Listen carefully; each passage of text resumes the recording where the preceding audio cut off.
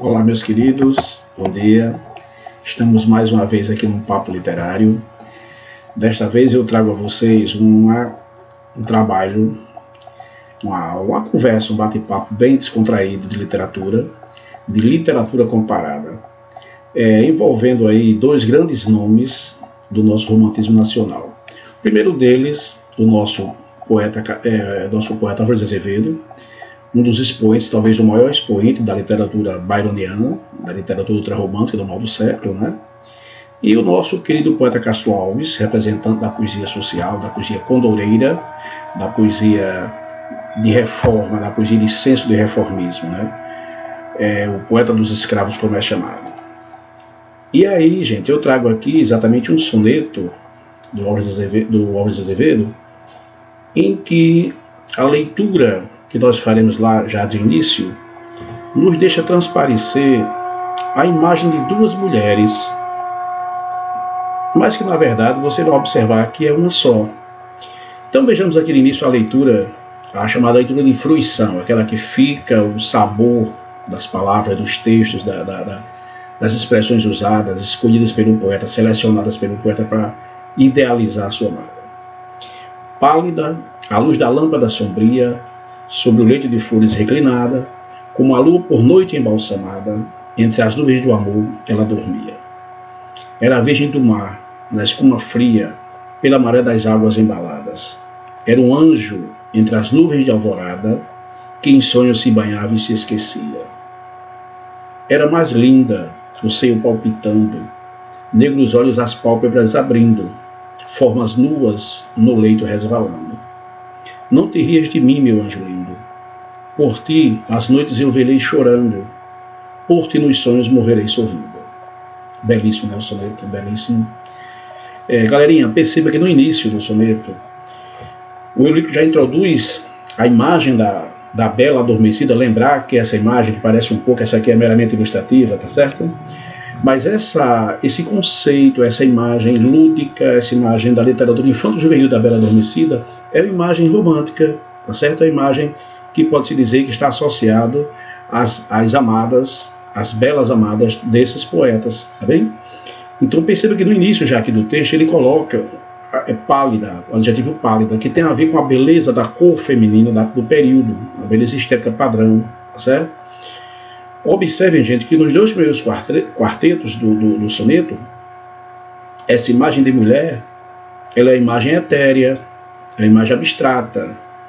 Perceba que ela está sobre um leito de flores, reclinada, tendo a lua por noite embalsamada pela lua, né, dessa noite. Veja que a palavra embalsamada já leva para um plano meio que etéreo, meio que fora desse contexto concreto nosso. Afinal de contas, nós embalsamamos cadáveres. E esse quarto verso, a primeira estrofe, entre as nuvens do amor ela dormia entre as nuvens do amor. Veja que é um retrato, é um perfil de mulher bem abstrata. São as mulheres do poeta Álvares de Azevedo, que por mais que ele se detalhe da descrição, essas mulheres não são reais. Essas mulheres são essas virgens, essas divas, essas deusas, que são produto do devaneio do poeta, do delírio acordado dele, do sonho também. Tá? Veja que a segunda estrofe ele retoma essa mesma imagem de mulher que dormia entre as nuvens do amor, embalsamada pela lua da noite. Tá? Era a virgem do mar. Esse contexto da natureza, a lua, as nuvens, o mar, vai sempre aparecer na estética desses poetas. Tá? Era a virgem do mar, embalada pelas águas da maré. E aí ele retoma essa ideia da etérea, das nuvens do amor. Nesse verso era um anjo que entre nuvens de alvorada se banhava em sonhos. Veja que aí ele coloca exatamente textualmente a palavra sonhos, mostrando que essa imagem é fruto realmente de uma imaginação fértil, como a desse jovem que faleceu aos 20 anos e não teve, nós já vimos em outros poemas dele, não teve o prazer do beijo, não é verdade? Percebam, galerinha, que há uma quebra agora, há uma quebra dos quartetos para os tercetos. O primeiro terceiro já abre com o verso e a expressão era mais bela, ou seja, essa imagem ela vai sofrer uma gradação. Gradação é uma figura de linguagem que se constitui quando a ideia aumenta, evolui, chama-se gradação em clímax. Quando a ideia diminui de intensidade, chama-se gradação em anticlímax. Nesse caso, era mais bela. Essa mulher vai ficando aos olhos desse poeta, desse eu lírico, vai ficando mais bonita. Por quê? Porque ela passa desse aspecto etérea, virgem, abstrata, para o que ele vai caracterizar como formas corporais. A beleza plástica do corpo feminino. Por que essa mulher agora ele começa a ver mais bela? É outra mulher? Não, é a mesma. Só que o poeta, que começou observando uma mulher deitada numa cama, a primeira imagem que ele tem dela é de uma virgem intocada, daquela mulher que não se pode acessar, é só para ser observada. E de repente, perceba, o poeta vai sendo tomado pela excitação da cena, tá? Ele vai sendo tomado pelo calor do discurso erótico, ao observar mais tempo essa mulher, e ele começa a ver que a mulher é mais bela, não nesse plano etéreo. Ela começa a ser mais bela, porque ele começa a observar as formas, as linhas do corpo dela. Era mais bela, o seio palpitando, negros olhos, as pálpebras abrindo, então esses olhos negros lindos, né? Formas nuas, resvalando no leito. A gente está colocando o verso em ordem direta, né? Então veja, o seio palpitando, as formas nuas, e aí esse poeta de repente deixa de sonhar com aquela mulher abstrata e de repente começa a aparecer essa mulher de forma concreta. Você teria aí no plano dos dois primeiros quartetos, você teria aqui nesse plano o amor neoplatônico da Virgem intocada. A partir do primeiro terceiro do soneto, você tem aí o discurso de amor petrarcista, ou petrarquista, como você queira, que é o discurso de amor erótico, o sensualismo próprio desses autores, se bem que no dele é marcado por uma timidez, pelo medo de amar. Lembrem, guardem essa expressão, medo de amar, que vai aparecer aqui, gente, no último terceto, olha só. Parece que ele se dá conta que está muito empolgado, e está realmente, que a mulher transformou-se numa mulher concreta, uma mulher erótica, e ele se dá conta disso e parece que desperta nele um sentimento de um pouco de, não diria vergonha, mas timidez, e ele passa a imaginar que ela estaria rindo dessa sua situação de sedução.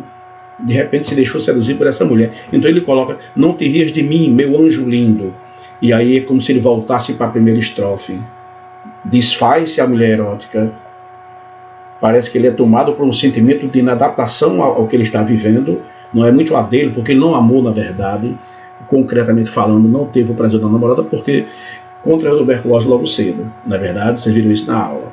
E aí quando ele coloca isso, não te rias de mim, meu anjo lindo, ele vai mostrar toda a sua timidez, esse confessionalismo do seu estado de espírito, quando ele diz, por ti as noites eu velei chorando, e passei as noites chorando, por ti nos sonhos morrerei sorrindo.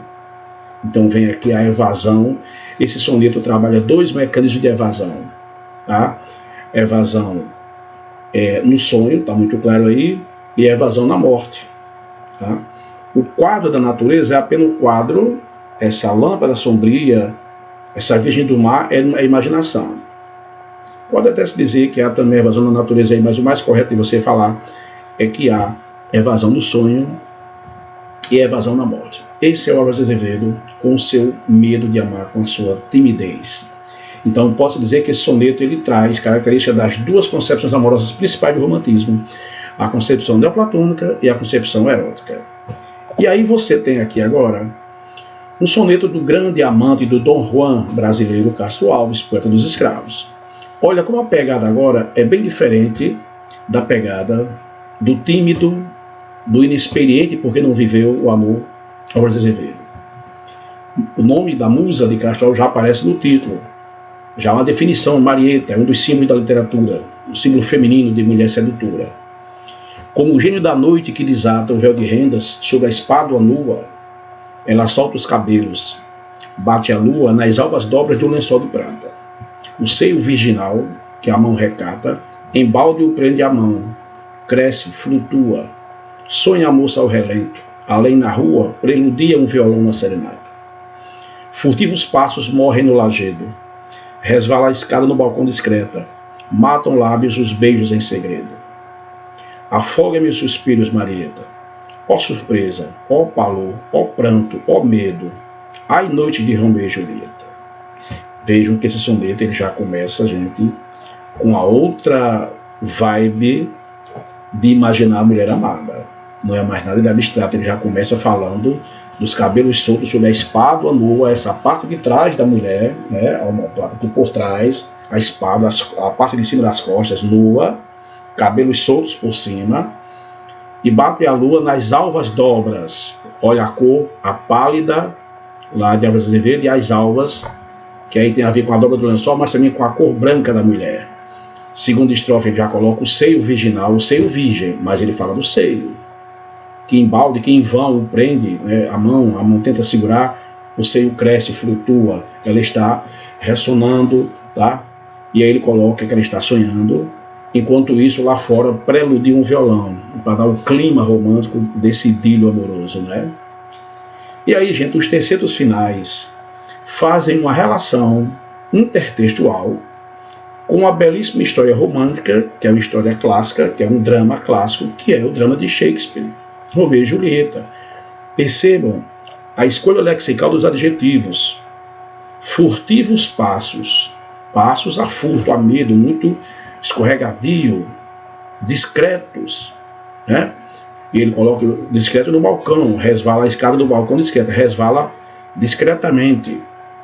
Matam lábios os beijos em segredo. Então lembre que a história do Romeu e Julieta era proibida, então os passos são furtivos, os beijos são em segredo. E aí ele volta, tirando aí de Julieta, de Romeu e Julieta, ele volta para a sua musa Marieta. Afoga-me os suspiros, Marieta. E faz uma sequência aí de expressões bem exclamativas, emocionadas. Ó surpresa, ó palor, ó pranto, ó medo. Ai noite de Romeu e Julieta. Então esse soneto, ele tem do início ao fim a concepção apenas erótica do amor, petrarcista do amor, petrarquista como você queira. Esse é o Castro Alves, porque nesse caso, esse jovem, bonito, inteligente, de família boa, de condição financeira boa, esse jovem foi o nosso, como vocês chamam hoje, o pegador da época. Namorou inúmeras mulheres, muitas mulheres lindas. A crítica diz que ele se apegou a uma das menos bonitas, era uma atriz de teatro chamada Eugênia Câmara, vá saber porque ele se apegou a ela, talvez pelo teatro, que é a coisa mágica, né, que nos apaixona. E aí esse Castro Alves é esse cara que tem uma visão, que tem uma concepção nos seus poemas de uma mulher. Essa mulher, que não é mais aquela virgem que aparece naquela imagem ilustrativa, essa também é ilustrativa, mas observe que essa mulher é a mulher sedutora, é a mulher típica do discurso erótico. Então, a comparação entre dois autores do ponto de vista do tratamento da figura feminina no romantismo. Tá? Então, fica aí a dica desses dois grandes nomes, cujas mulheres retratadas têm pontos de contato, mas tem muito mais de divergência. Até um novo papo literário com vocês. Espero contar com essa assistência, tá? E até a nossa próxima aula, nosso próximo bate-papo literário. Não chamo de aula, na verdade. É um bate-papo gostoso que eu gosto realmente de exercer.